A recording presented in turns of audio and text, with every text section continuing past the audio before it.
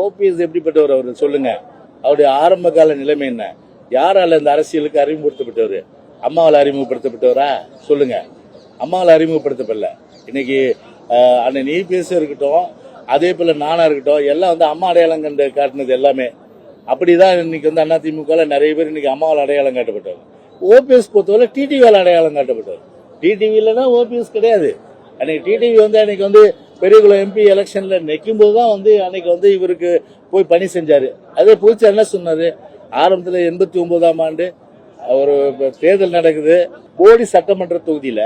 அன்னைக்கு திருமதி ஜானகி அம்மாவுடைய அணியின் சார்பில் வந்து வெண்ணிராடு நிர்மலா நிக்கிறாங்க. அது வெண்ணிராடு நிர்மலா நிக்கிறதுக்கு வந்து அன்னைக்கு வந்து ஒரு ஏஜென்டா இருந்தவர் அன்னைக்கு வந்து பாத்தீங்கன்னா திரு ஓபிஎஸ் தானே. அன்னைக்கு என்ன போய் அம்மாவுக்கு நேரடி தொடர்பு இருந்தா இல்ல அம்மா அரசியல் கொண்டு வந்தாங்களா? டிடிவி நிற்கும் போது தான் தெரியும். அம்மாவும் தெரியாது, புரட்சி தலைவரும் தெரியாது அவருக்கு.